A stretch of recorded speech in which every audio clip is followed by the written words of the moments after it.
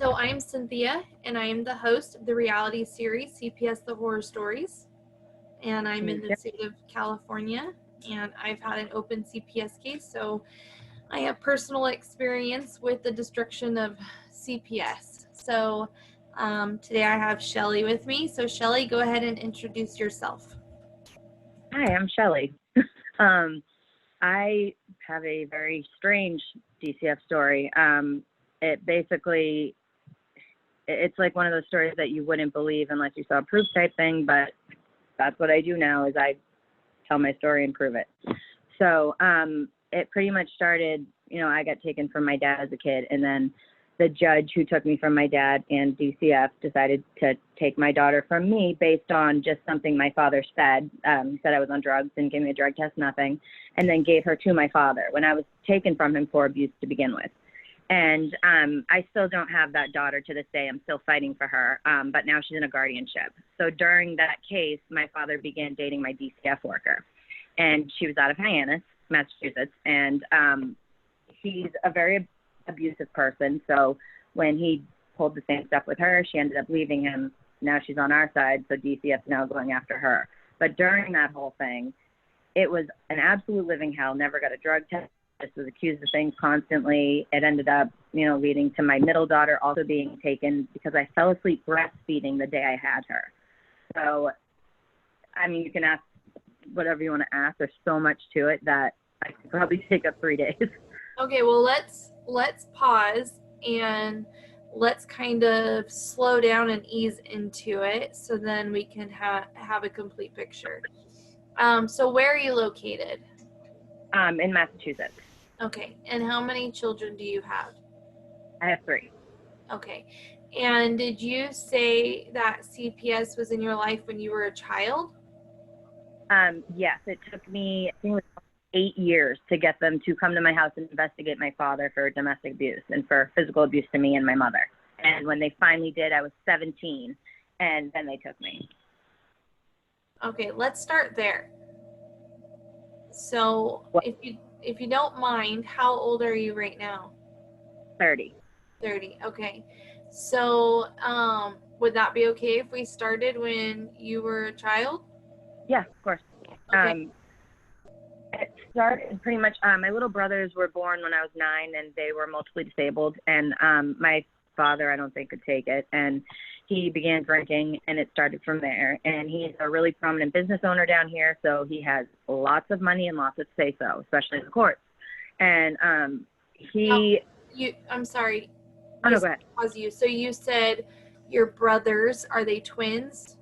Yes, they're multiply disabled identical twins. And what is their disability?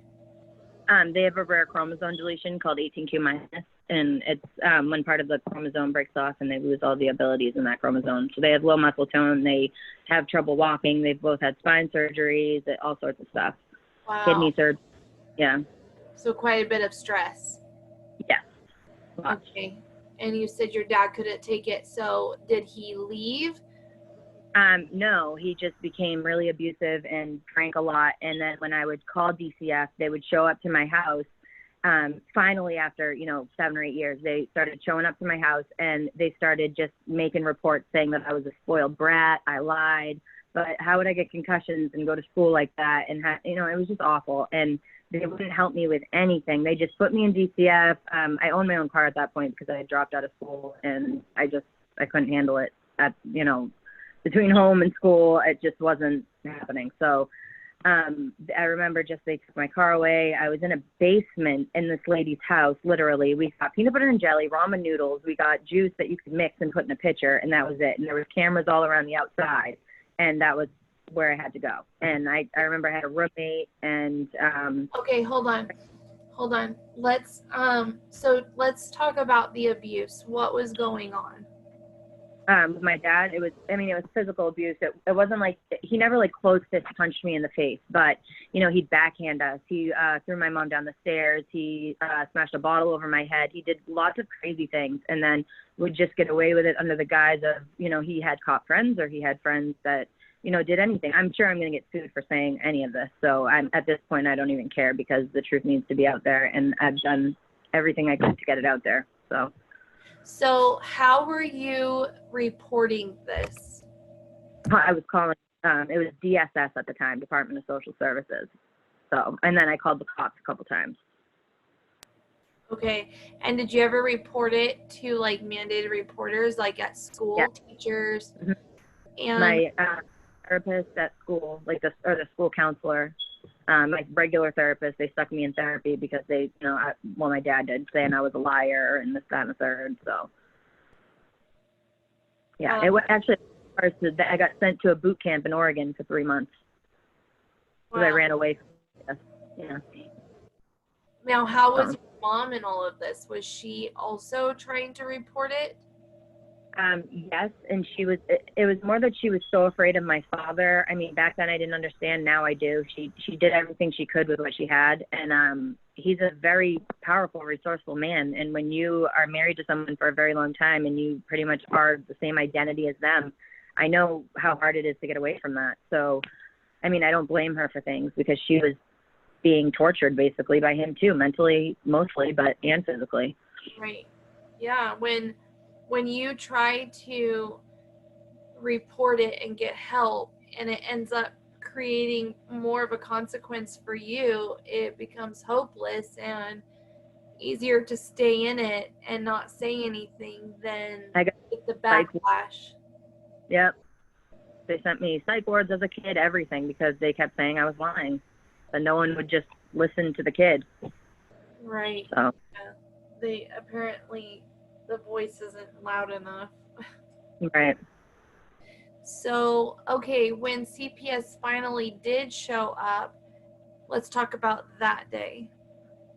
Well, this is the best part. So, when they actually did go to take me into custody, I can't really actually remember the day they showed up. I remember that my father for some reason, we had to go to court, so I think they summoned us to court instead of coming to take me. And what my dad did was he signed me over to the court right before they could take me, so it didn't look like he lost me. That's interesting. Yep. And what about your mom? My mom just, she has battered woman syndrome. So at that time, she was just afraid, and I understand. And I mean, anytime she would speak up, she would get it for it. So, and I had 3 other siblings, so she had to protect them too, and I get that. Big mother? Yeah, my sister I don't really talk to anymore because she testified against me in court that just horrible things. And then the day my court case ended with my middle daughter, my father bought her a house in Katuitt, Massachusetts. So that's a whole nother part of the story I'll get to. Okay. So is the sister younger or older? Younger. We had kicked her out because she started experimenting with different things. And it was in the bedroom that my middle daughter was supposed to come home to. And we didn't want her and her boyfriend doing that. So we kicked them out, and then she called DCF on me, said that I was smoking weed, sent pictures of of her bongs to DCF saying they were mine. And then they came, I had gotten my daughter back that day actually, and they came and they took her back again, but that's getting way far ahead. Yeah. Okay. So your dad signs you over and do you go live in a foster home or a group home or? I went to that house that I first was talking about. I was supposed to go to my grandmother's house, but I got bounced around. I honestly can't even remember how many places. It might have been 2 or 3. But by the time I got to my grandmother's, it had been like 2-3 months. I was already almost 18, and there was no reason why I couldn't have gone to my grandma's to begin with. It was just ridiculous. So, I mean, she was an upstanding citizen. She had a nice house. There was there was nothing wrong. So they basically just went on one. So let's talk about the treatment. Let's break it down a little bit. The treatment that you had living in foster care. I was treated like a prisoner. I was drug tested and treated like I was on probation. I even had a probation officer. Were you the only child removed from your parents, or all of you were removed? Only me. Why? So, I don't know. It doesn't make sense. They keep saying that I was a spoiled, lying brat. So, and my dad's used that to this day. So basically, I don't know. You the only one being abused by your dad? Yes, because I was the only one stepping in, like in between him and my mother. So, and my siblings are a lot younger than me. So my sister's a good 4 years younger. My brothers are 9. So, Okay. I, you know, he was like 11, when I was a teenager. So, So, what did you have a probation officer for? I don't know. I was services without being in getting any services, I guess, so I don't know. They just basically treat you like you're bad. You're just a bad kid. So that was pretty much it. So let's talk about the treatment. You said that you were kept in a basement?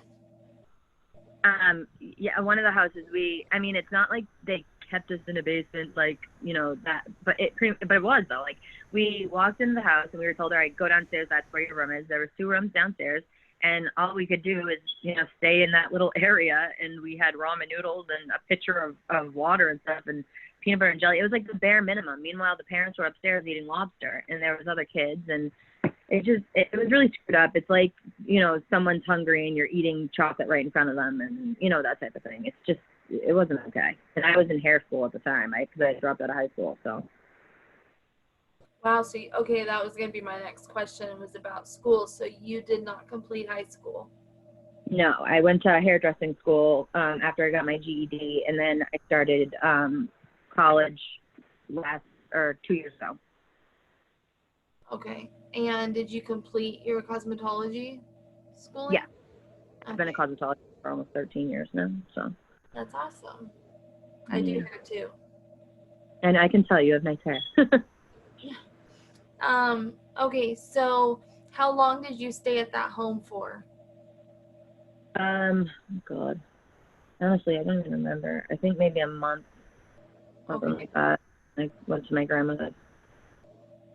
Okay, and then how was it at your grandma's house? Whose mom was that? My mom's mom. It was fine there. She basically helped me through my whole childhood, things like that. She's passed on since, but she was like a second mom to me. So, it was fine being with her. She helped me fight when, I lost my first daughter, so. Okay. And when you were living away from your parents, did you get to see your parents still, like visits and stuff? I didn't really want to. So, they never did visits. I don't think my dad even tried to see me. And he took us to court and tried to section me, said I was on drugs and all this stuff. And then I had started, when I got into the foster care system, I started messing around with opiates, and then got clean, went to hair school. Started hair school. I don't know. I can't remember the point. But then after that, I just remember the first time I ever did an opiate, it was because of the physical abuse. And I remember laughing at my dad and saying, I can't feel it. And then he just went off when he realized that I had done an Oxycontin at 16 years old. So, if DCFS had stepped in and done their job, Right. So you age out of the system. When you become 18, did you stay living at your grandma's? I went back and forth between my mom's and my grandmother's, like my mom's and dad's and my grandmother's, because he would like reel me back in and basically make me believe that I was making all this up in my head, and the whole the whole thing. So I started going to AA and NA and all that stuff, and then when I got pregnant with my daughter, right before that I had started partying here and there. And before this, I had never really taken opiates like at the addict level, but my father was convinced that any type of partying means you're an addict. So he forced me to go on the methadone clinic when I was 17 or almost 18 years old. And that's what ruined my life. And so once I was on that, I had my daughter, then, the whole cycle started, and he just did everything he could to take her from me. But when I had my daughter, I was clean. I was on methadone, and I hadn't used or anything and had never failed a drug test. But no matter what he said, He would always say that I was on drugs, and DCF would always go with what he said. Never gave me a drug test, never asked me. They just constantly would ask me, what do you want to do if we're going to take your child? And I remember saying to the lady, because I had no idea back then, you're not going to take my child. There's no reason. And, you know, I was under the guise, if you do the right thing, they can't do anything. So that was stupid. And I trusted her because she acted like she was my best friend, and she would act like she, you know, cared about me. She would say things to get me to talk more. I was a child at the time, and she was manipulating me. And all that time, it was just insane because the person who does foster care studies, who comes in and checks out the houses, was actually dating my father. So, and they met when she came to do the foster care study. So when they admitted that on the record, they should have changed my office to begin with. But the judge knew about it, everybody knew about it, and everyone just ignored it. And no one would even believe it unless I'd show them paperwork or anything saying, look, this is what they admitted to. And then, oh, I'm sorry, you know, oh, that should be a Maury show, that type of thing. And everyone knows about it. But so hold on, how old were you when you had your first child? 19. So 2 years after I was going to be taken for abuse. So my dad signed me over, so he didn't have that on his, you know, record type thing. 2 years later, the same judge and the same DCF workers take my my daughter Layla from me, and they give her to my abuser. And this is right after he tried to do it to me in probate court, but probate refused. They took her from me for, I think it was almost 2 months, and then gave her back, said that I was fit. There was no reason for anyone to take my child or for them to be involved. And my father just, you know, really went into the whole DCF worker dating thing, and all of a sudden they were at my door and they took my daughter right from daycare, and I had to be kicked out of I was living with my father at the time because he was. Hang on, like hold on, let's slow down because you're giving me so much information. I know it's a lot. And I'm getting confused because I'm not sure when this happened or that happened, and this is all when I was 19. Okay, so where is the father of the child? At the time, he was incarcerated for something he did when he was 17. So he shot someone with a paintball gun. So, yeah. Okay, so you met him and when you were what? 13. Me and Mike have been together since we were 13. We have all 3 kids that are ours. Okay, are you guys still together? Yes. Okay. So you guys dating, and then you get pregnant when you're 19 and have the baby. And when was CPS involved while you were pregnant? No, they didn't even get involved until probate court had returned her to me after my father tried to have them give him full custody, and under the guise of I'm doing drugs, even though I wasn't at the time. And once probate court returned her, he went straight to DCF, met the DCF worker.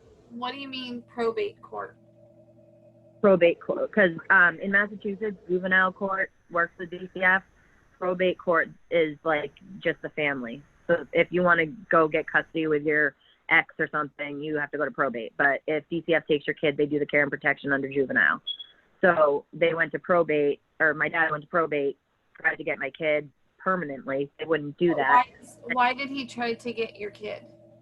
We don't know. That's the whole thing. We don't know why he does any of the things he does. He kept saying that I was on drugs, but. Okay, hold on. When did he try to get your kid? When I was 19, when she was two years old. Oh no, I'm sorry, I was 20. So she was 2 years old. Okay, so you had her at 18. Yeah. Okay, so see. Okay, yeah, that was confusing. I keep the ages and stuff because it's been so long, but like between 17 and 19 is when all this crap happened, and 20 it got worse. Okay, so let's go back. When did you start using the opiates? Addictively, I started, it would have been right when, it was right after probate got out of my life, pretty much. So when DCF came in and took her from me, that's when I started, like, actually becoming an addict. So, yeah, I think I was almost. So when did you start using the methadone? I was 17, no, I was 17 when I found out. I think I was 18. Like, I think I just turned 18. Okay, so you weren't even addictively using the I opiate. wasn't even opiates, no. And I got put on methadone. Methadone is what started basically giving me knowledge about what everything was. Yeah. Okay. So you had the baby when you were 18. Yep. And then your dad went to whom to try to get your baby? Probate court. Like, you literally go to probate court, you fill out the forms, and you say, you know, I want to get custody. Okay. And when did he do that? Right when you had the baby? No, he did that right after, it was right after him and my mom were getting divorced, because they started getting divorced. God, this was like 10 years ago.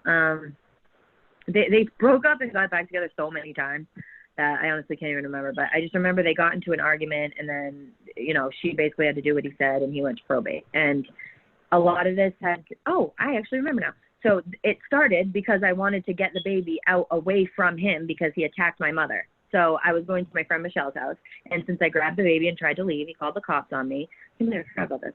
And I remember he sent them to my friend Maddie's house, and because we ran over there and tried to, you know, hide from there because Michelle lived too far away for me to go there. And then the cops showed up at my friend Maddie's house, and they took the baby from, like, right from my arms there, and the baby was just screaming, "Mommy," and that was like my first experience with that whole thing. And this is when she's 2 years old? Yeah, she was almost 2. She was like 1.5-ish. Okay. Okay, so I'm gonna try to repeat that in a nutshell. You had her This happened to my middle one. That's why I get so confused with them both, because it's like, you know, it's a lot of information. Yeah. So you had her when you were 17. Mm-hmm. 18. Well, almost 18. Yeah, 18. Okay.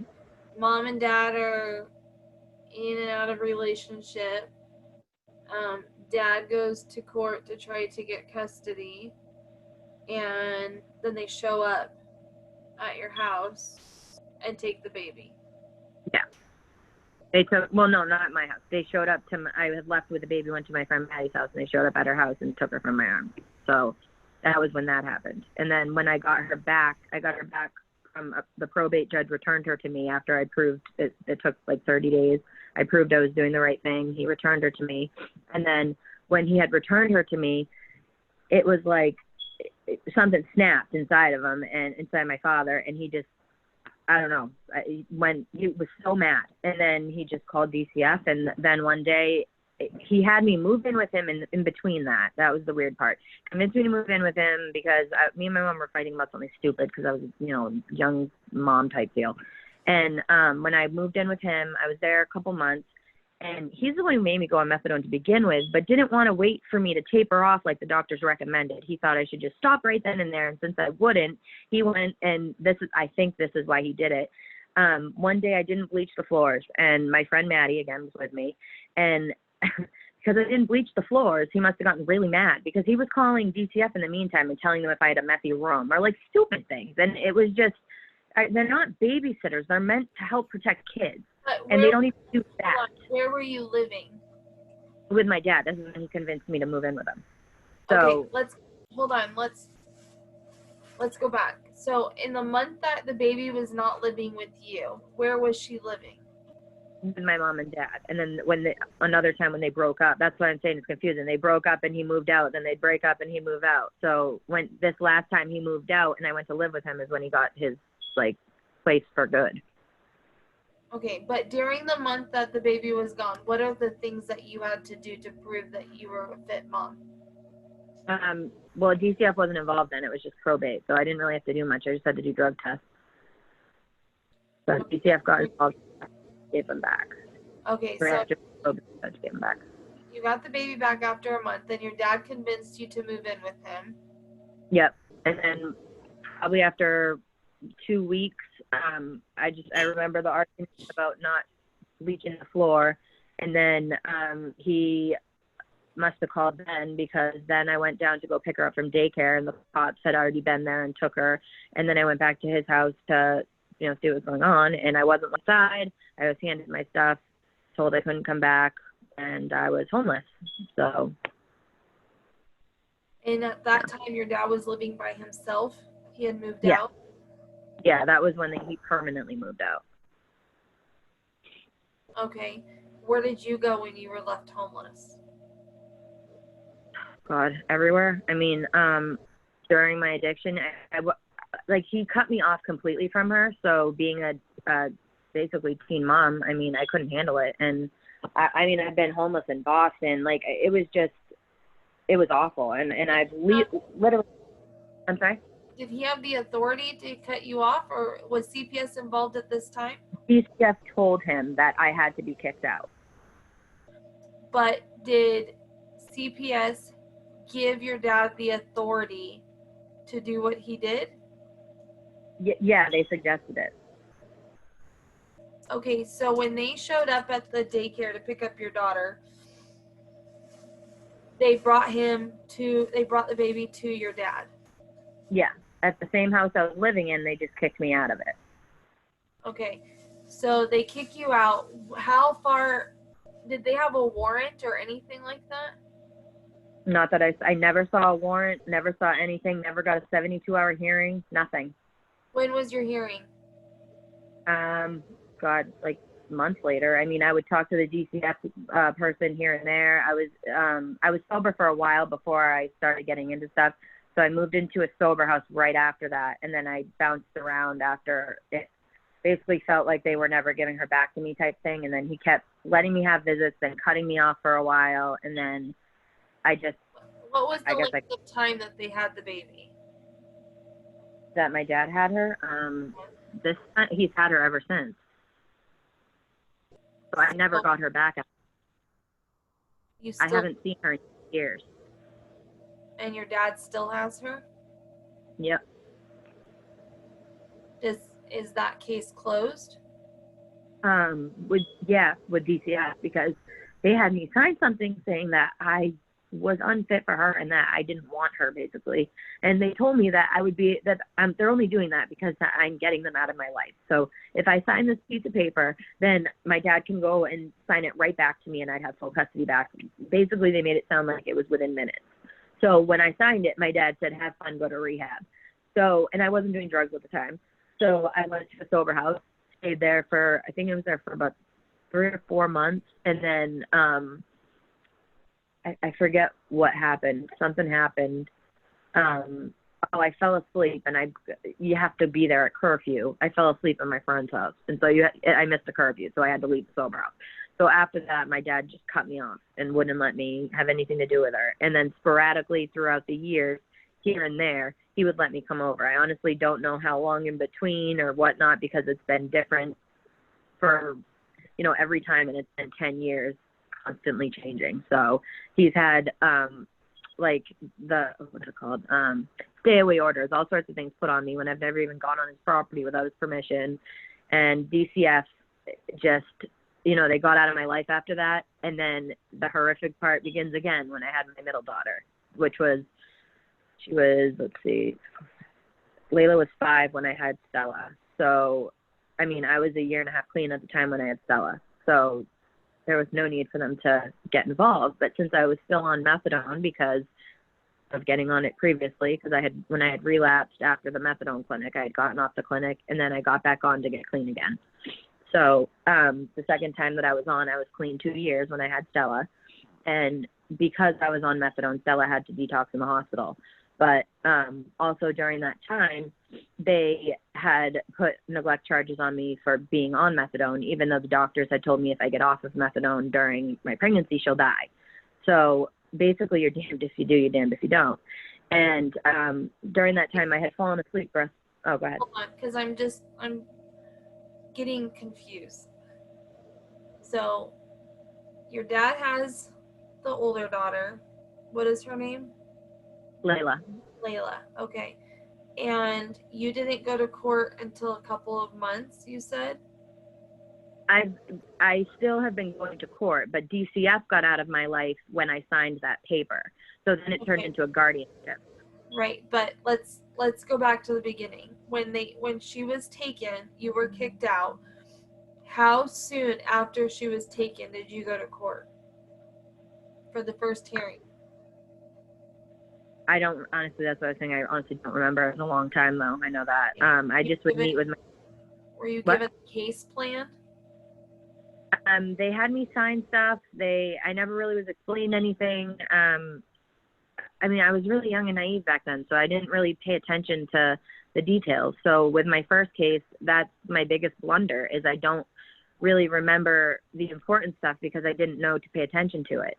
And I didn't know not to let them in my door. I didn't know any of that stuff. And then I have the wolves living in my house with me, so I didn't know that stuff either.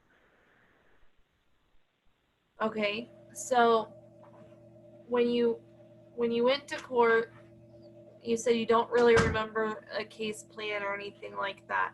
How often were you getting to see your daughter? Once a week, if that, and they didn't even mandate anything. It was all left up to my father.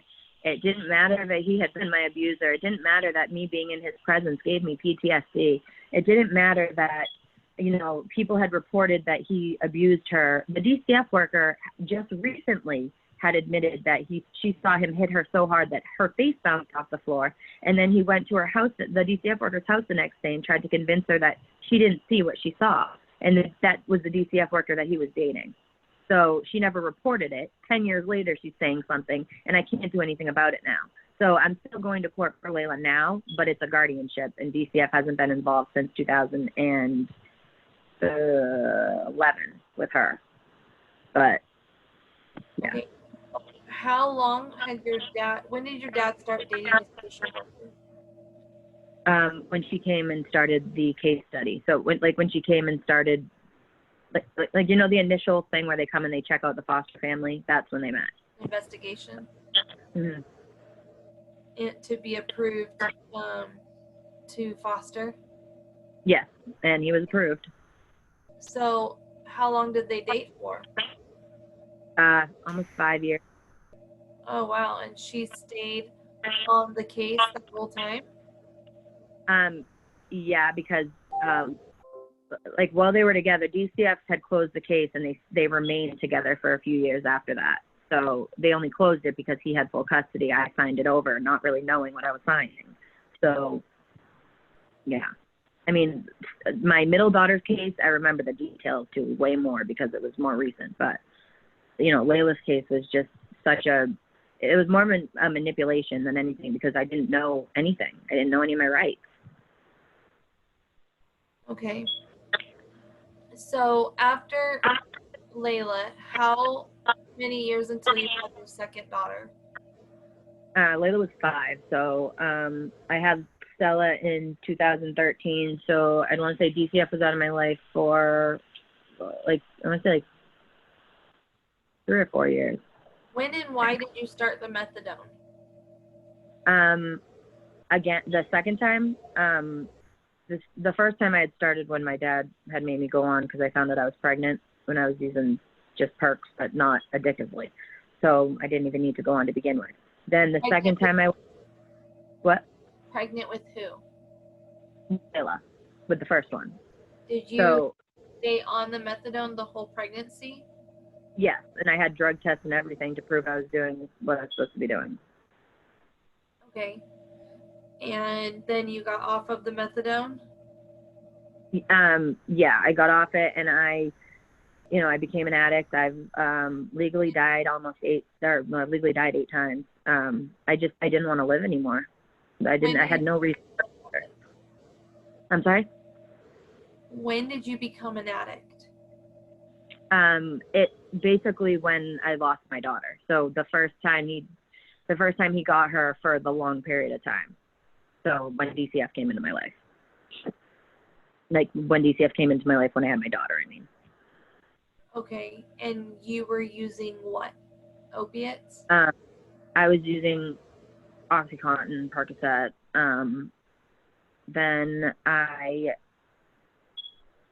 God, I gotta remember. So I got off the methadone clinic, started doing the oxys and Percocet and all that stuff.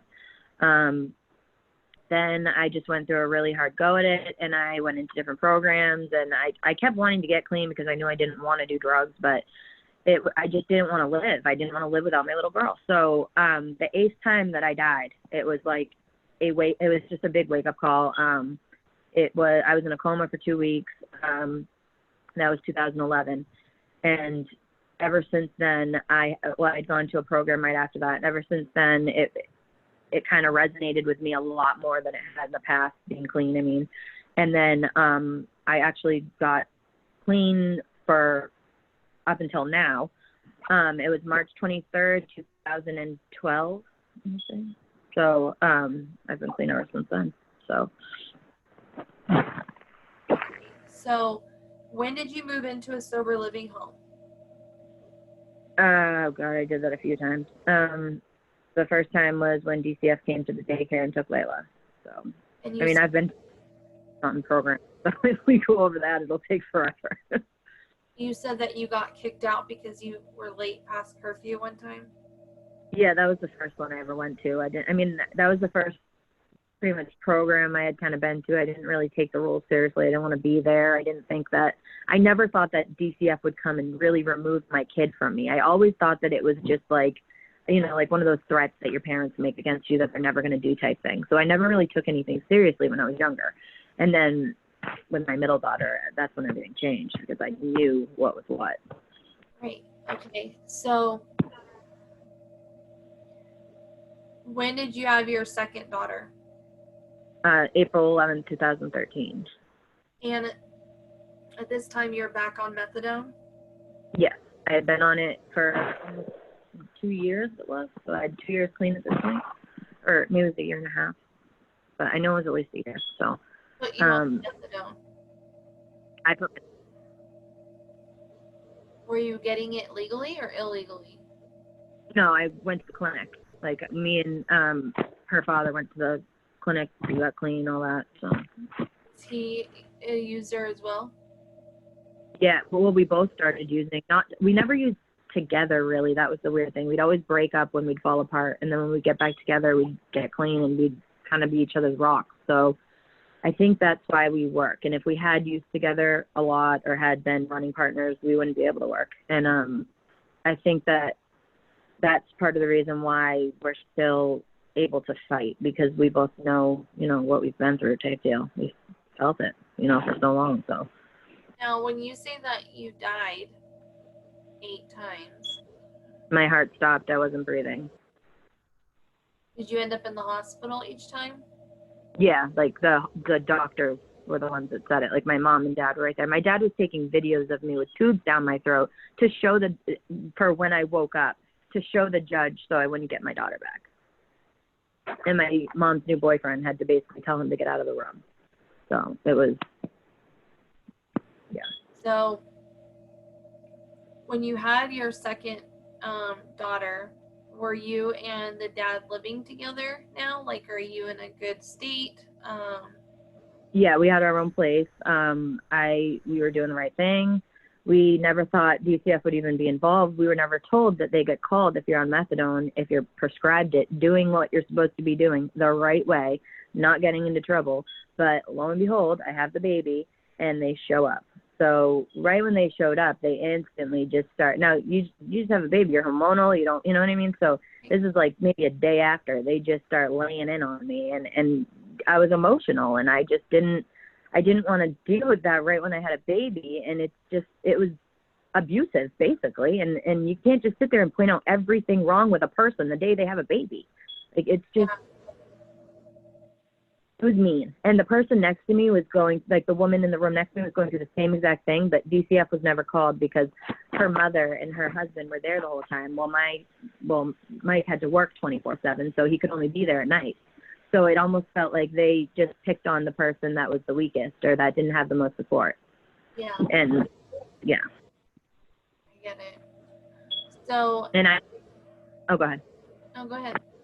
I was going to say the doctor from Cape Cod Hospital, Dr. Demeester, I will forever be grateful to her because she physically went to court for me, like during the 72-hour hearing, and said there's no reason to take this child. They still removed her, and she at least got them to let me go to Angel House with her, which is in Hyannis. It's a like a what's it called? A woman's shelter.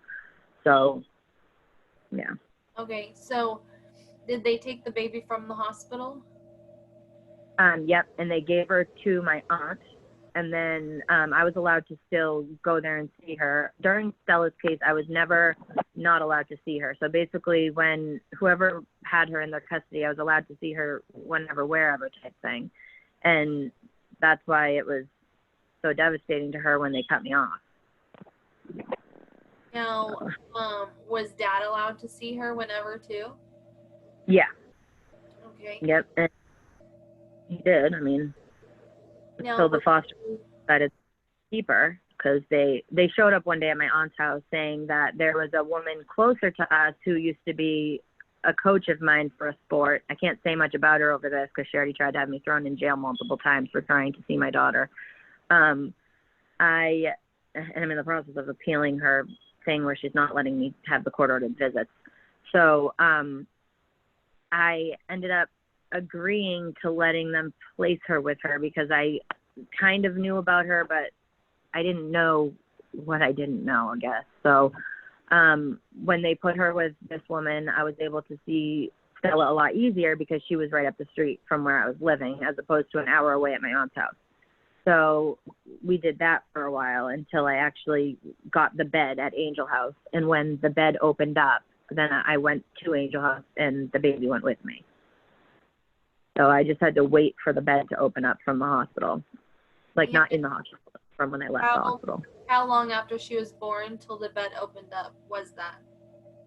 I want to say 42 days. So it's probably like 52 days. So you take the baby and you move into this home or this. Yeah. Well, before I took her, DCF tried to take her away. She had a lot of things wrong with her digestional system, and I was breastfeeding, and that was the only thing that wasn't making her throw up and get wicked sick, like needing to be in an incubator type sick. And DCF said, well, she'll be fine. She'll just have to drink some formula. The doctor recommended to them that she not be taken from me because the only thing she can handle was my breast milk. They didn't care, went against doctor's orders, took her, and placed her somewhere else. So I physically had to drive to Boston to breastfeed her every single day, which was 1 hour to 2 hours away. So when you get her back and you go live in the shelter, how long were you there for? And what was the next thing that happened? I was there for 6 months, and they told me I had to be there 6 months, and then they'd let her come home with me. The shelter told DCF that, now I was there with women who had a lot less time than I had at that point. So it was more for people who had just gotten out of rehab. And they had told time as far as what, being clean? Yeah. So Were I you had still on methadone? Yeah. Okay. So well, like legally. So I consider a maintenance drug that you're taking the right way, I consider clean. So when I was there, like I got glowing recommendations from them. They told DCF that I would probably do better in a home environment with her because there's no need to subject her to, the problems that are in a shelter when there's nothing that's wrong. And they had no question about my parenting. They had no worries about my parenting. And the agreement was DCF send her home with me if I do the program, and they listen to what the program says. So when they recommended that and they discharged me, DCF immediately took Stella and placed her back with the foster parent. That's what I said. Why? I've never been given a reason why. I've never even been given a reason why she was taken other than their initial 51A, which said I fell asleep breastfeeding. So we've never even gotten a bad report from any of the people that they sent me to do reports. I did an 8-hour evaluation that just proved that I had a high IQ. I've done so many things. Out of 378 visits, I made 378 visits. So I absolutely never missed anything, never did anything wrong, never failed a drug test to this day, and I still don't have her. So she went back to that foster mom. That adopted to that foster mom. Yep. And I have my own place. I have my own car. I'm in school to be a lawyer. Mike has a great job. I work too. We have custody of our 2-year-old, but we're not fit for our middle one. She's adopted out. And since then, the whole thing is just screwed up. It's just, yeah. Now, did you have a case plan for the middle one? Yeah, I did. And I did everything on the case plan. And that What was it? I just had to follow the program, stay on the clinic, stay clean, go to meetings, get a therapist, get a psychiatrist, go to visits, the typical stuff. And I did all that. Did parenting classes. I actually did a few different parenting classes. Actually, the therapy and psychiatry I did on my own, and then they added it. I'm pretty sure that was it. Other than that, there was nothing else. And how long was the case open before she got adopted? She got adopted when she was 2.5, and I found out over Facebook. And they said it was because someone called and changed my address at the courthouse. Meanwhile, my address had been the same because I had moved off Cape for a good, 5 years at this point, and all of a sudden they had my dad's new address that I've never even been to written down as my address. So I didn't even get to go to the adoption hearing. I did get to go to the trial, however, and, there was so much perjury in that trial. It's not even funny. That's why we're trying to overturn it now. But I even had a Catholic school lady who, she worked at the Catholic school my daughters go to.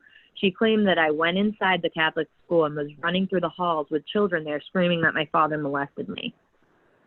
I never did that. He never did that to me. And not to mention, the door was open because they were doing construction on it. School wasn't even going on. It was in the summertime. And DCF had sent me there to get a pamphlet to see if it was a good school for my middle daughter because Layla was already going there. So that's the type of stuff I dealt with during my case. The DCF lawyer told me that I was a libelous, slanderous, untrained dog, on record.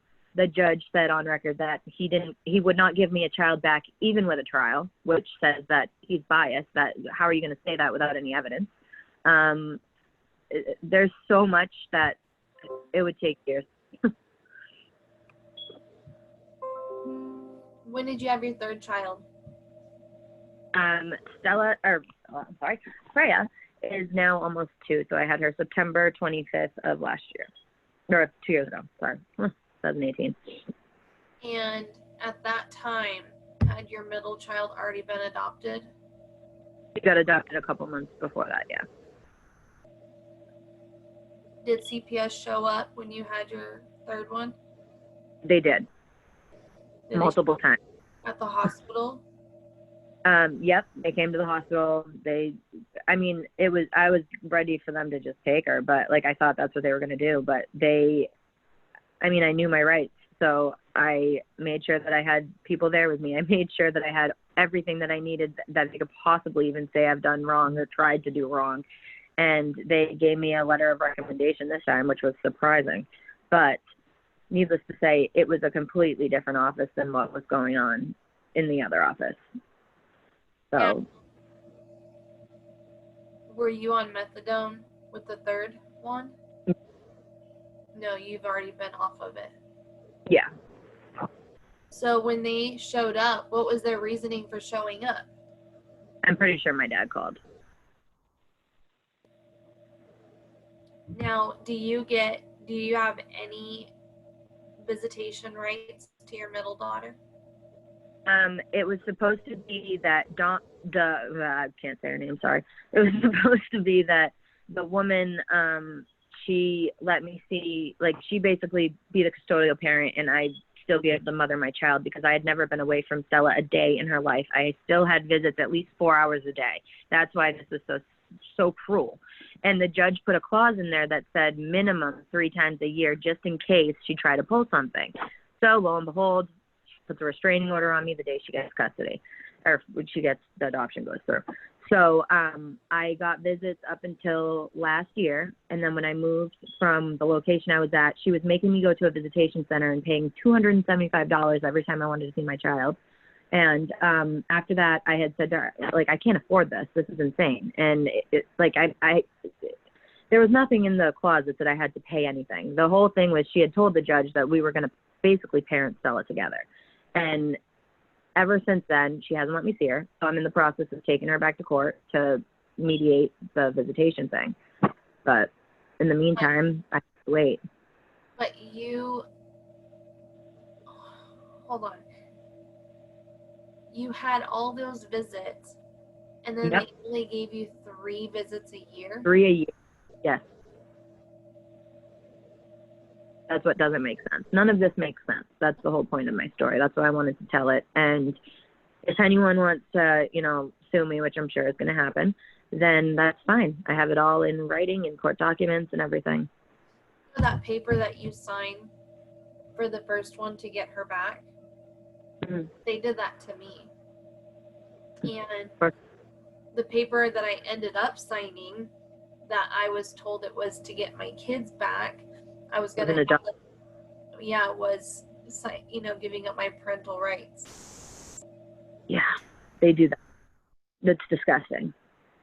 I mean, ever since this has happened, I've dedicated as much time as possible to helping other moms. I mean, I started school to be a lawyer.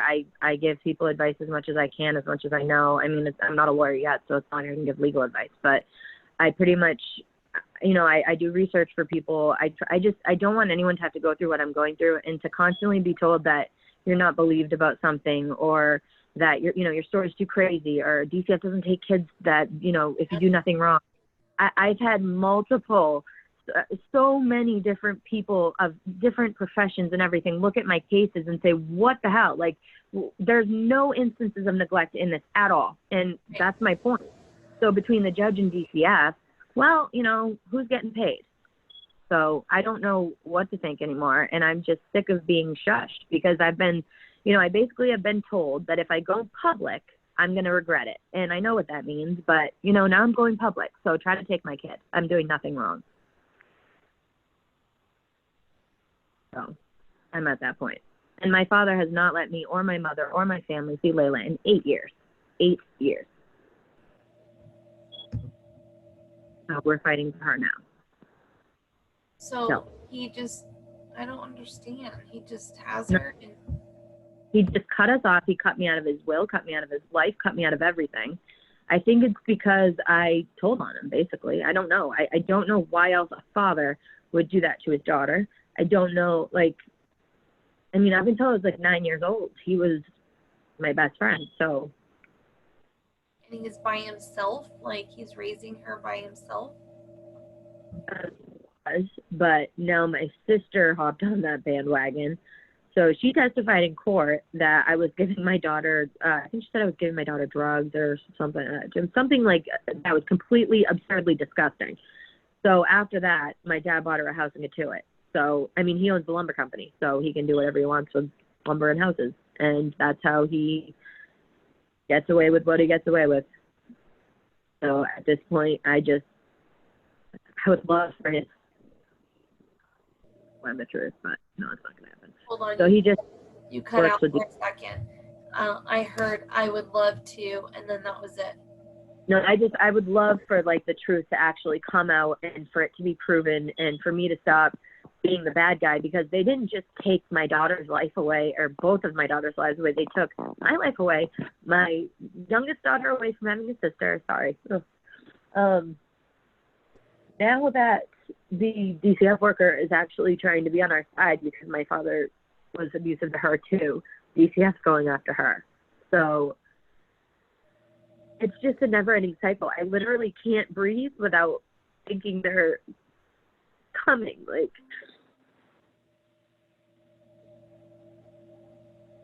No matter how much I do the right thing, I'm just always scared. Sorry.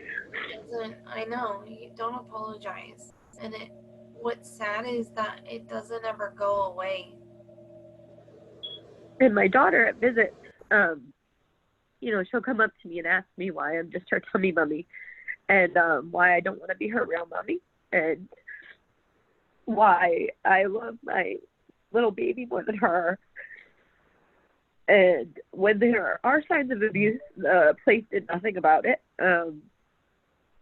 It's just, it's horrible to sit there and know your kids aren't safe and not be able to do anything about it. It's horrible to sit there and not be able to tell your kids you love them.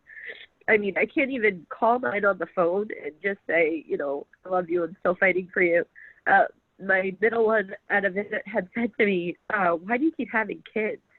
And I just looked at her and I didn't really know what to say because I just feel like a horrible person. And she said to me, so are you going to have visits with this baby too? And I said no, and I didn't want to say she was coming home with us because I didn't want Stella to feel left out. So she said, oh, that's right. You know, Grampy doesn't let you see Layla, so you wouldn't get visits with Layla. You would just get visits with me and the baby. Now, my daughter was 6. Why does she know any of this? 6 years old. And she had literally told the DCF worker to get away from her so she can tell me things. She's told them to, I need to tell my mommy a secret, and they won't let her.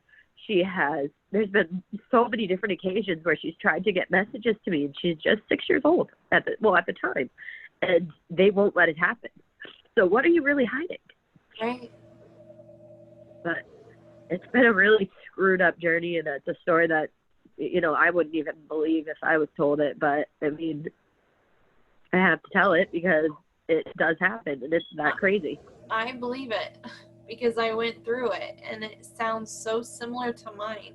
And I don't know if you heard my story, but I remember I had dated this guy before I married my husband, and we dated for a while, and we had remained friends, you know. And when we were dating, I helped raise his son, and I was very close to his son. So when all of this happened, he took me out to breakfast or lunch, whatever, and we sat there, and he goes, he's a police officer now, he goes, you know, you can tell me anything. I was like, okay, thank you. And he was like, you know, being in this field, you know, I work closely with CPS and stuff, and he goes, you know, I'm a parent too, you can tell me. And I'm like, tell you what? He goes, we all lose it sometimes, you know, if you did something, you know, just tell me, I can help you. And I'm like, help me what? I was so lost at what he was saying. Basically, it's like trying to get me to admit to doing something to my kids as the reason why they got taken away from me. And I'm like, I didn't believe you. Effing do anything. Right. These people that have known me and let me help raise their kids or babysit their kids and all this stuff, you're thinking that I did something to my kids, did something bad enough to have them taken away from me? Yeah, my family stopped talking to me. They all thought that I was this big, you know, to this day, my dad's telling everyone I'm on heroin and I'm this and I'm that. And, you know, I'm actually really proud of myself for being clean this long. I mean, I just wanted to die that whole time. I didn't have my baby, and then they did it to me again. So when I had my third one, I just, like, the whole pregnancy, I was just, it was really hard. I know. I hid it the entire time. We hid it from everybody. I didn't even tell anybody when I gave birth. I mean, my mom knew and Mike's mom knew. Mike's mom knew, but it sucked. I had to hide my whole pregnancy for no reason because I was doing the right thing and didn't want to lose my child. I had to hide one of the happiest times of my life. Yeah. Yeah. Well, Shelli, I'm really sorry about your story. And, you know, I'd like an update in a few months to know what happens.